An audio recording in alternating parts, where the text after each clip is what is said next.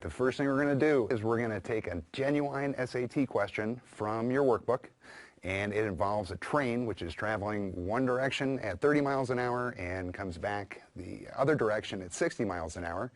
And when you have your answer, if you could click it now. The test makers want to make sure that only the highest scoring math students get the most difficult questions correct. So what they'll do is they'll put answer choices in there which will trap almost everyone else. So if you're at the end of a math section and you can do a little bit of math and come up with an answer choice, it will be wrong. We call these answer choices bait. And on this question, the bait was answer choice C. Okay, on our first question, if we have a train going 1,200 miles at 30 miles an hour and then coming back at 60 miles an hour, the bait answer choice is the one that you kind of really don't think about, but you still do. Okay, without much thought, you can take 30 and 60 and add it together and divide by 2 and come up with 45. And the thing to remember is that that answer choice is incorrect, so you would cross it off. Think of it this way. If you're doing word association, the first thing that jumps into your mind is going to be the wrong answer on a difficult question. So if I were to say to you, give me your first reaction if I say up, Down. you're probably going to say down. If I say left, Right? hopefully you're thinking right. And if I say peanut butter, Jelly. the odds are your brain should be thinking jelly. The thing to remember is that when you get to the end of a given section in math, these questions and answers, if your question is peanut butter, make sure that you're crossing off the answer choice that looks like jelly, because it's there to trap you.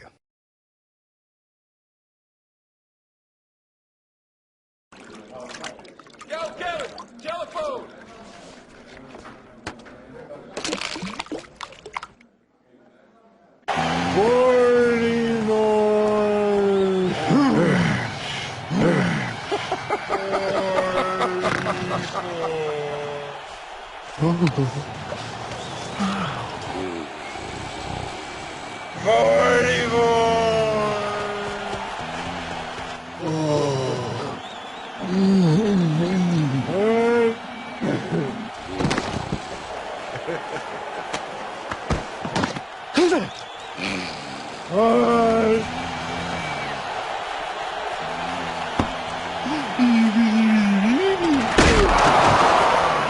Here's today's SAT question of the day. Give it a try, pause the video if you have to, and then come back and I'll explain it to you.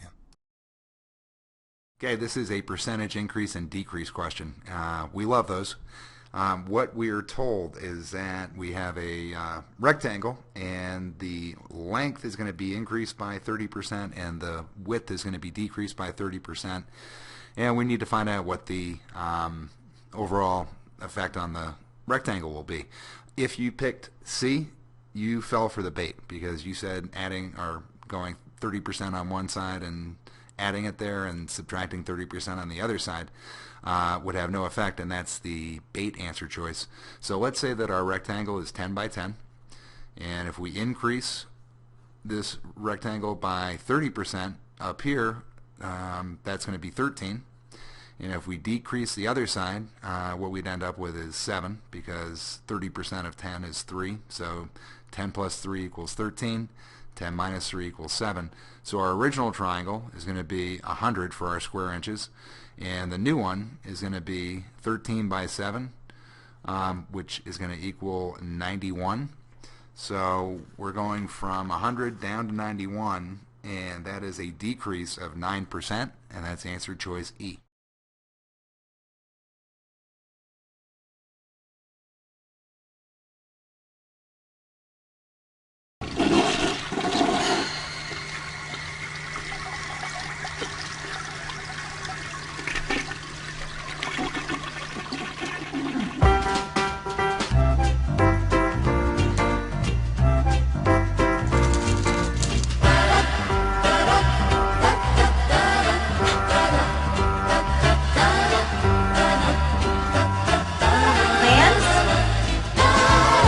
Can't tell if it's positive or negative. What's up, iPod Shuffle? Hi there. My name is Zoe, and I'm currently getting a PhD at Harvard. I never could have gotten there without College Insights, so I'm thrilled to be here with you today helping you achieve your academic dreams as well. The reading comprehension part of the SAT has 3 general types of passages. You'll have short passages, those are 10 or 15 lines long. You'll have long passages that are between 60 and 100 lines, and then you'll have dual passages, and those are paired passages about similar subjects. Topics that you're going to see are science, social science, humanities, and fiction. Science passages are pretty self-explanatory, and those can be the most straightforward. Now let's talk about how to actually read the passage. Like we said, you're not going to read it straight through. Your goal the first time is just to skim the passage, get a general idea of what the topic is about, and what each paragraph is saying.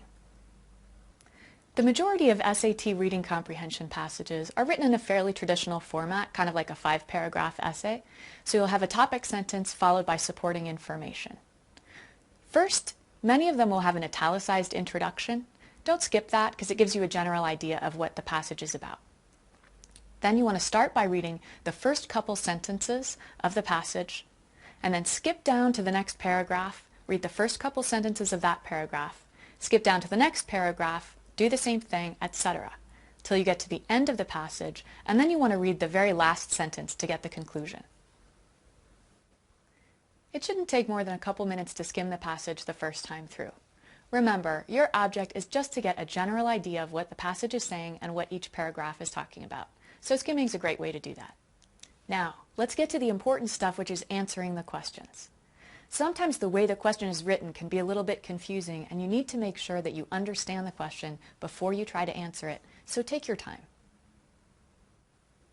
Reading comprehension is the only part of the SAT where the questions are not organized according to difficulty. Instead, they're organized chronologically. So the first questions deal with the first part of the passage, the next questions deal with the next part, and so on. There are really only 2 types of questions on the reading comprehension section.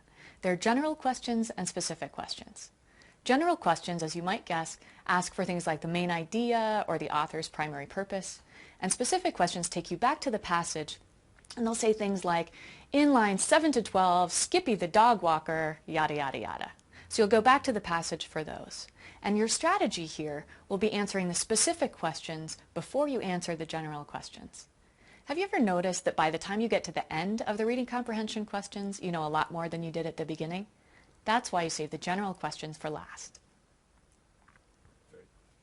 Remember, these questions aren't organized according to difficulty. So if you get to a difficult specific question, just skip it and come back to it at the end if you have time. Same thing for the general ones.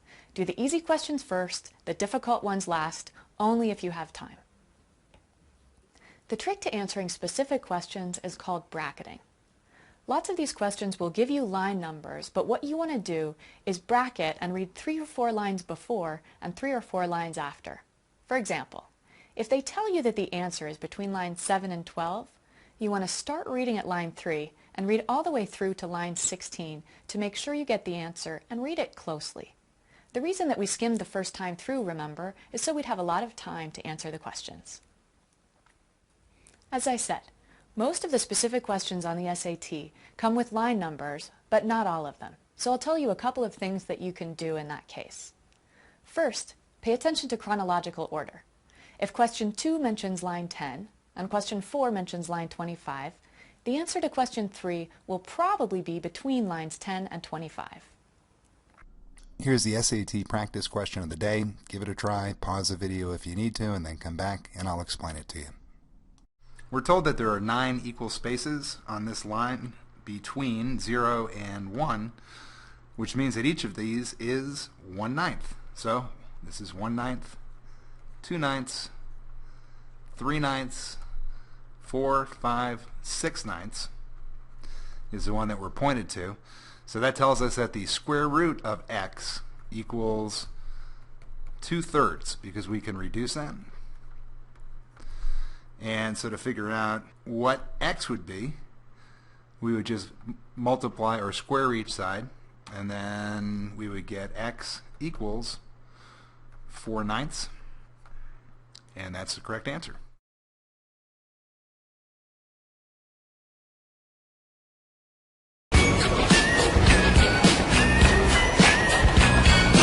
It makes sense not to live for fun. Your brain gets smart, but your head gets dumb. So much to do, so much to see. So what's wrong with staying in the back streets? You never know if you don't go. You'll never shine if you don't go. Hey now, you're an all-star. Get your game on, go play. Hey now, you're a rock star. Get the show on, get paid. And all that glitters is gold. Only shooting stars break the mold.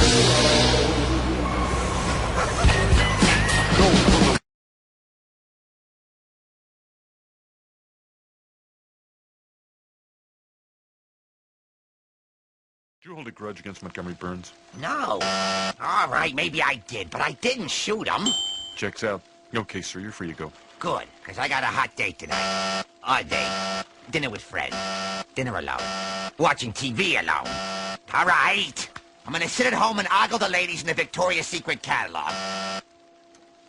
See his catalog. Now, would you unhook this already, please?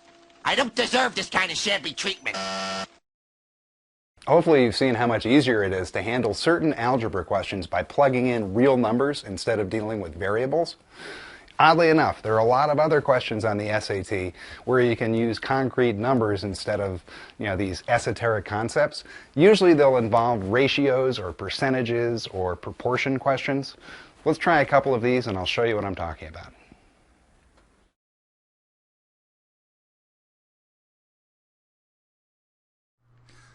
So if you take a look at this question, you'll see that we don't have any variables in the answer, but we still can plug in numbers.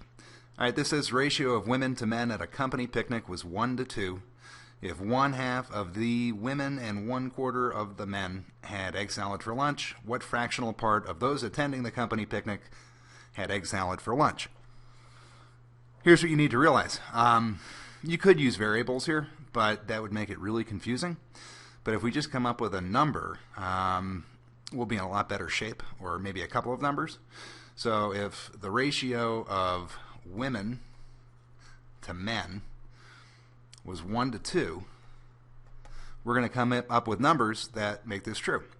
And because we need to take 1/2 of the women and 1/4 of the men, I'm going to try to pick numbers where I can take half or a quarter easily and not have anything left over. So if I say that we have 20 women and 40 men, let's see what happens. Can I take 1/2 of the women? Sure. Can I take a quarter of the men? Absolutely. So 1/2 of the women would give us 10, and 1/4 of the men would also give us 10, which tells us that 20 people had egg salad out of, and it's going to be out of, well, 60.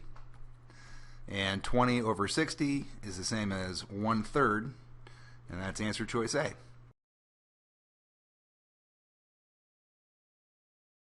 No, I know, it's so silly. Think about it?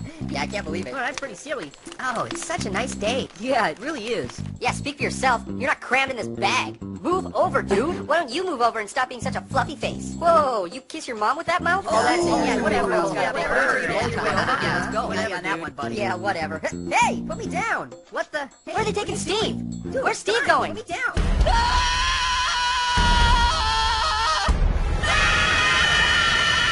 Try the following questions from the College Board Guide and then come back and I'll explain them to you.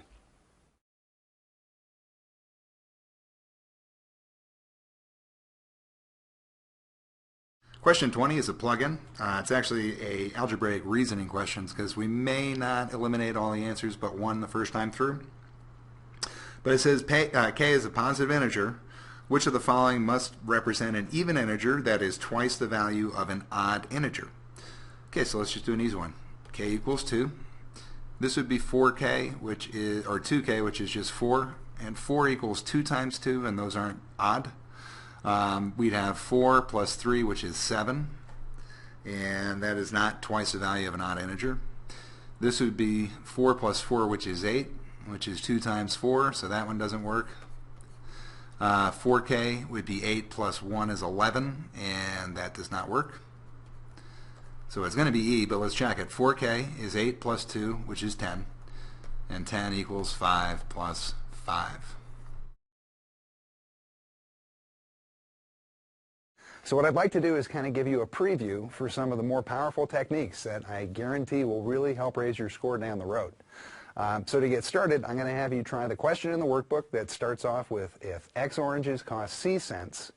And give that one a try to come up with an answer, and then come on back.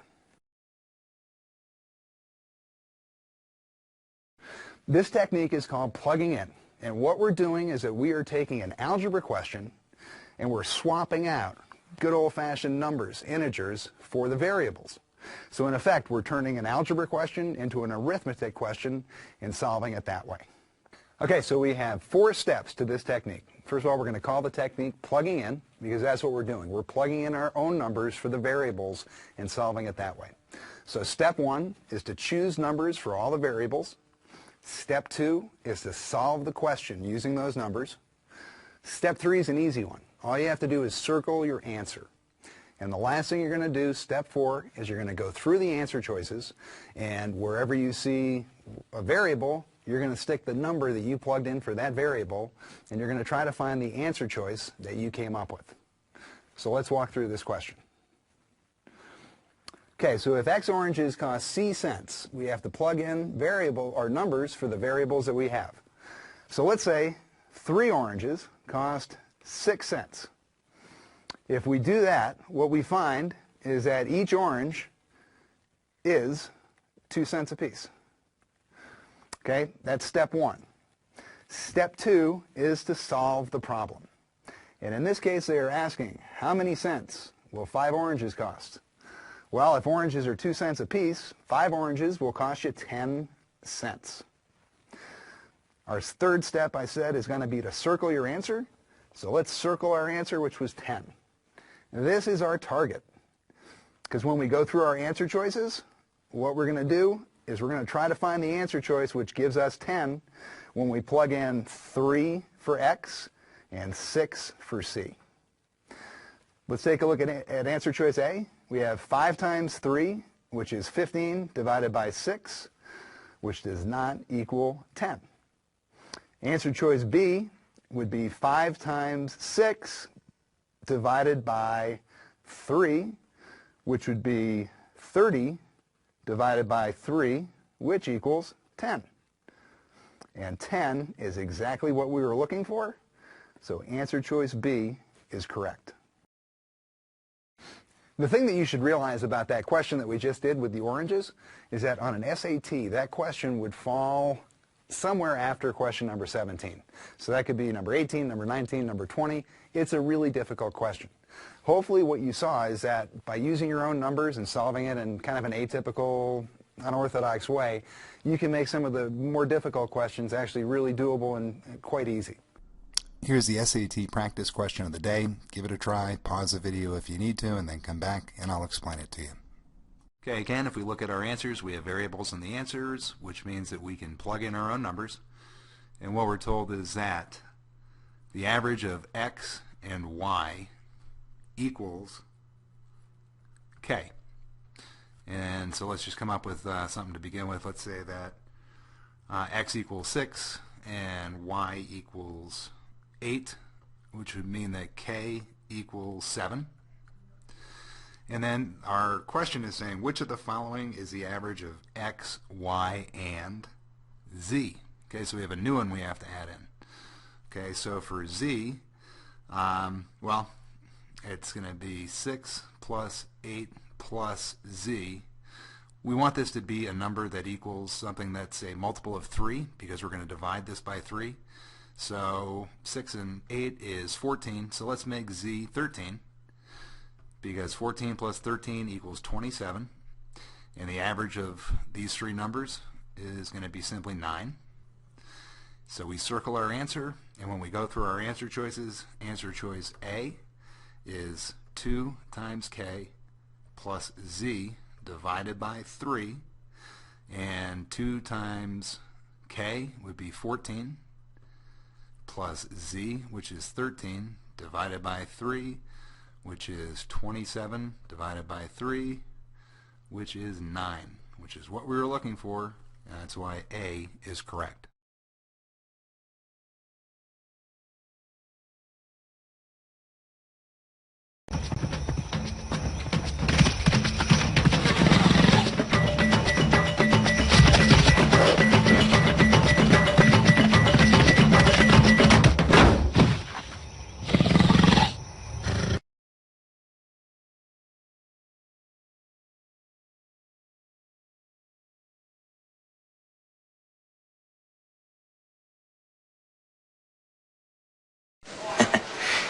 can watch live TV on my new Sprint phone. Well, my Sprint phone has TV and downloads music. I can check email. I have that. And crime deterrent. What? Try and take my wallet. Give your... filing a grievance, Ben. The writing section of the test covers some of the most common grammatical mistakes that we all make. Written English is different from spoken English. Let's go over some of the most common mistakes. Just like verbs have to agree with their subjects, nouns have to agree with other nouns, and pronouns have to agree with the nouns they're replacing. Here's an example. Mothers often feel that their chief responsibility is taking care of their baby. When I say that nouns have to agree with other nouns, this is what I mean. Mothers is plural. So if you have more than one mom, you need to have more than one baby. It's not like you could have all the moms sharing one baby, right? Pronouns are heavily tested in the writing section. 3 things to remember about pronouns are they need to agree with the nouns they replace, it should be clear which noun they're replacing, and they need to be in the correct case. Here's an example. In the introduction, Rob gave you this one. Anyone who saw this year's Super Bowl would say that they saw a great game. So the pronouns in this sentence are anyone and they. Both of those need to agree, but anyone is singular and they is plural. Since they is replacing anyone, it's incorrect. You'd have to say, anyone would say that he or she saw a great game. Make sure that pronouns agree with the nouns they replace, even if it sounds a little weird to you. Remember, this is written English, not spoken English. If someone says a pronoun is ambiguous, it just means it's not clear which noun the pronoun is replacing. Try this one. Nancy told Eleanor that she was an important part of the team who could not be easily replaced. So who does she refer to? You can't really tell for sure. Either Nancy or Eleanor was an important part of the team who couldn't be easily replaced. The way the sentence is written, it's just not clear who she refers to. Whenever you have a couple of singular or plural nouns in a sentence, make sure any pronouns in the sentence are unambiguous and you know which person they refer to. You need to know the difference between objective and subjective pronouns. Subjects are active, they do things. Objects are passive, and they get things done to them. Usually your ear will tell you which is the right case, but sometimes it's a little trickier if you have a couple of nouns or pronouns together. In that case, you want to take out the other noun and read the sentence without it, like this. To get to the beach as quickly as possible, you should follow Annette and I, or you should follow Annette and me. My house was just painted by a local college kid and he, or by a local college kid and him. In the first sentence, would you follow I, or would you follow me? Obviously you'd follow me. For the second, would my house be painted by he or painted by him? By him, right? Getting rid of the extra noun can help you figure out whether your pronoun should be a subject or an object. Here are some tips for the sentence correction part of the test. First of all, correct written English is concise, short and to the point. Because of this, the shorter answers tend to be correct more often than the long rambling ones. Next, after the test writers have a correct answer, they need to come up with the wrong answers. So they try to disguise the correct answer choice with others that start the same way. Just remember that majority rules. If the majority of the answer choices start the same way, the correct answer is probably one of those. So if your choices are, and he says, for 2 of the choices, and he was saying, for 3 of the choices, the correct one will probably be from the second group. Another thing that's true about written English is that the ing construction is usually awkward. If one of the choices has a word ending with ing, look at it really closely because the odds are that it's wrong. If you can find a mistake in the original sentence, you can cross out all the answer choices that repeat that same mistake. So if the original sentence has a misplaced modifier, just cross off all the answers that don't fix that. And finally, answer choice A, which repeats the original sentence, is correct about 1/5 of the time, so don't be afraid to pick A. Let's try a few questions from the College Board Guide and then come back and I'll explain them to you.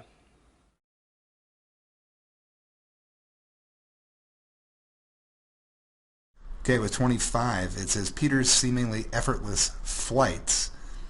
And then if we continue down to the verb, it says continues to delight, and it should be flights continue. So that's C. Question 28, we have an ambiguous pronoun because it says neither Ms. Perez nor Ms. Tanaka believes that watching as much television as her son. We don't know who her son is. It could be either, so C for 28. Nou, dit is dus de huiskamer. En dan komen we hier bij de slaapkamer. Ah ja. Met...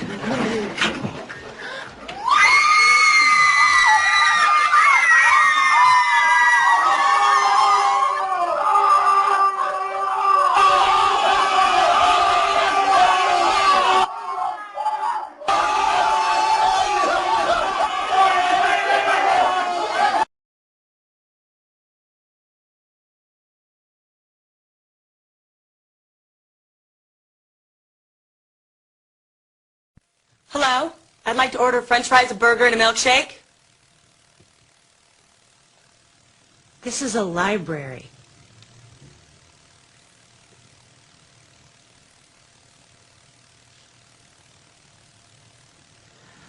I'd like to order french fries, a burger, and a milkshake. The geometry that you're going to find on the SAT probably isn't as hard as the geometry that you learned in school. For one thing, there are no formal proofs or theorems to deal with.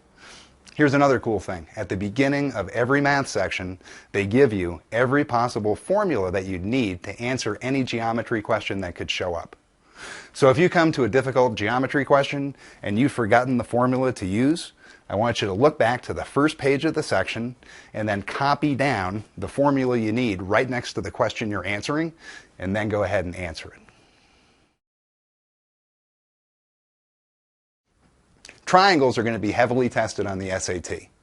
The ones you're going to have to know are the 30, 60, 90 triangle and the isosceles right triangle. Let's try a few questions that deal with those and then come back. The isosceles right triangle and the 30, 60, 90 triangle are two of the most common right triangles that you're going to find on the SAT.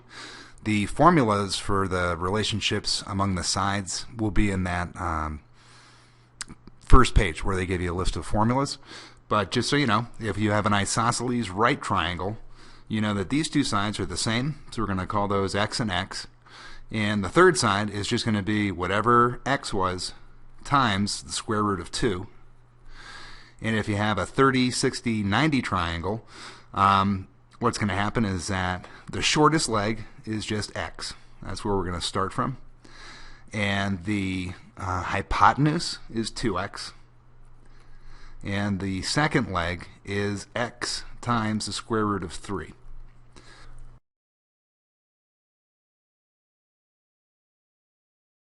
Okay, first thing we notice about this is that we have a couple angles here that are 30 degrees. And because we have a rectangle, we know that this entire distance, or degree measure, is going to be 60, which gives us a 30, 60, 90 triangle. And what we know about those is that the relationship is that this side is x, this side is 2x, and this side is x times the square root of 3. And we're told that the distance from B to D is 8.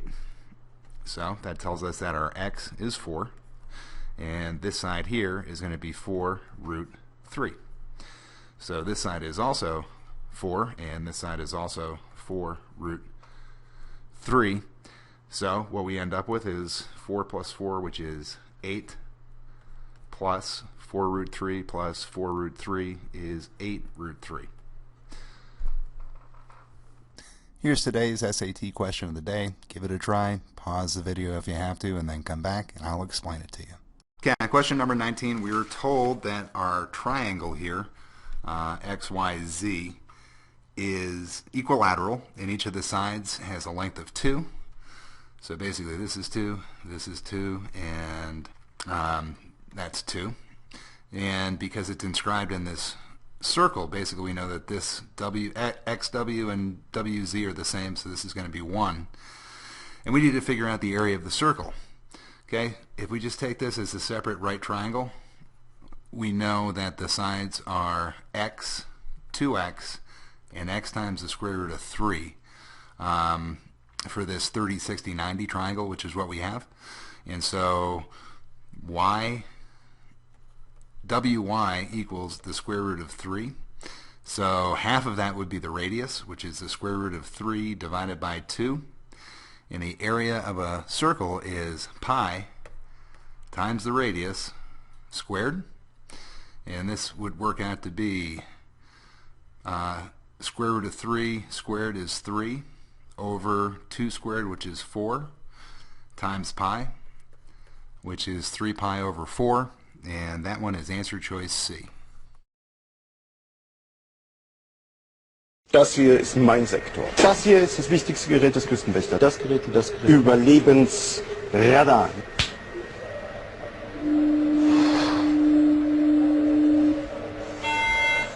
Mayday, mayday. Hello, can you hear us? Can you hear us? Can you... Over. We are sinking. We are sinking. Hello? This is the German Coast Guard. We are sinking. We're sinking. What are you thinking about?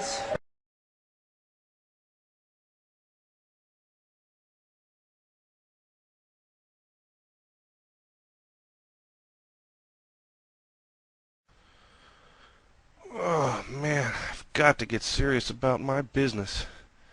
Everybody's got a high traffic site. Everybody's into this Web 2.0 stuff. I'm sitting here on a rock. Yeah, I need traffic. My business is going nowhere. Everybody's got something going on with me. I just can't seem to get... Whoa. Be cool, man. Nobody saw you. Be cool. In real life, we all know how to find the average of a couple of numbers. You simply add them up and divide by 2. So the average of 6 and 8 is 7, because 6 plus 8 is 14, and 14 divided by 2 is 7. Now, on the SAT, you're probably going to have to take average questions one step further. Let me show you what I'm talking about. Try the question from your workbook that starts out with the average of 4 numbers is 5.3, and then come back.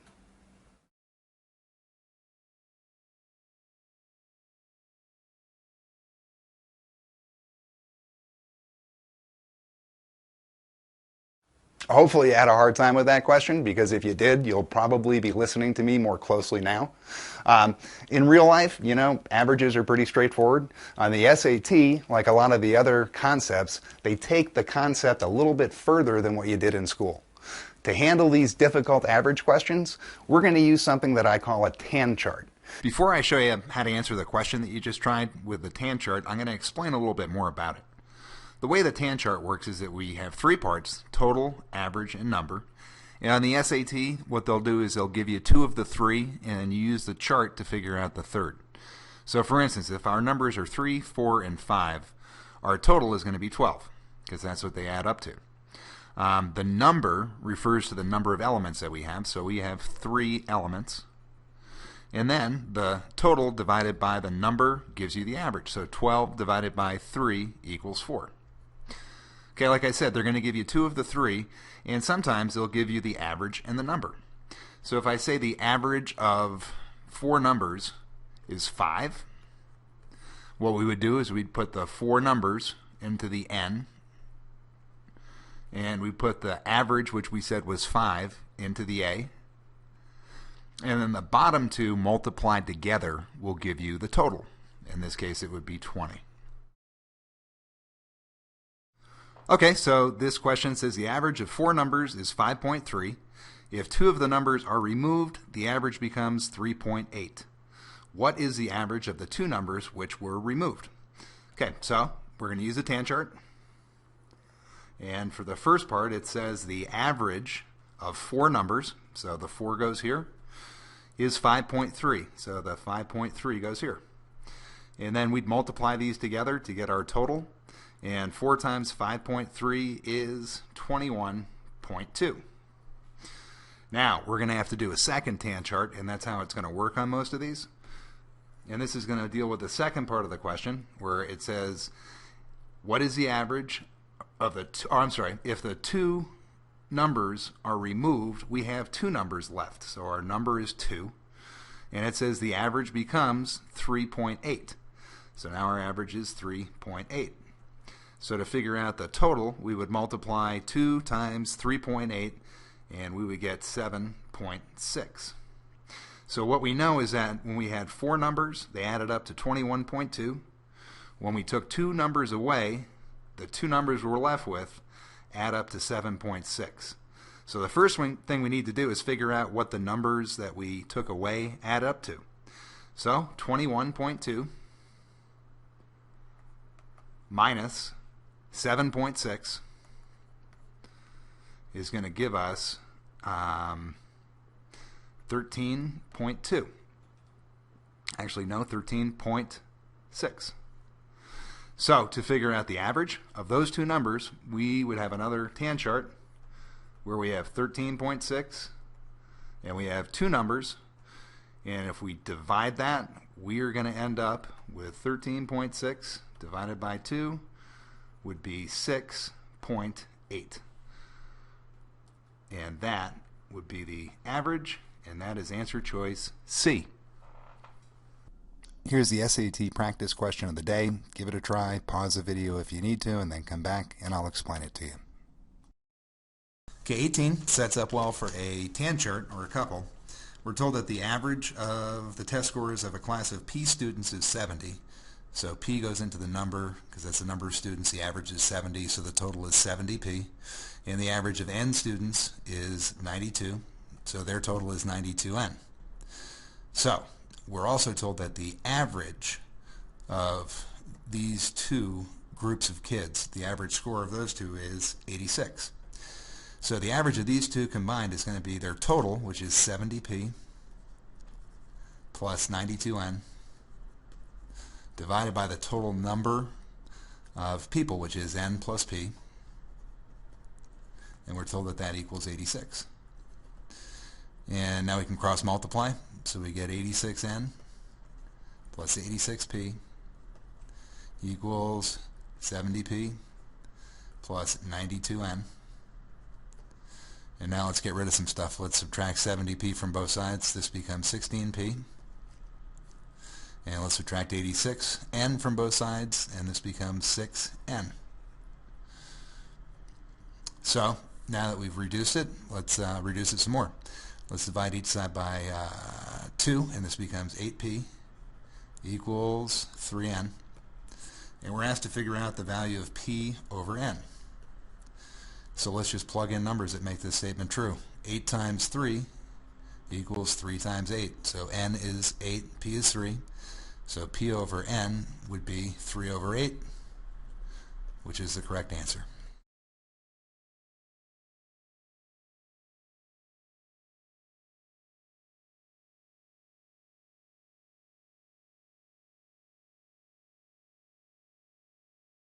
So yeah, sorry about last night. I just don't understand why you didn't call. Yeah, well, I was on E-Trade, you know, diversifying my portfolio, taking control like a wolf. Right. What's that? That's volatility in the market. Taken care of. Wolf style. Oh, oh, oh. And that milkaholic Lindsay wasn't over? Lindsay? Milka what? There's really nothing like a 25-minute timed essay to get you warmed up for the SAT, is there? But that's how every test begins.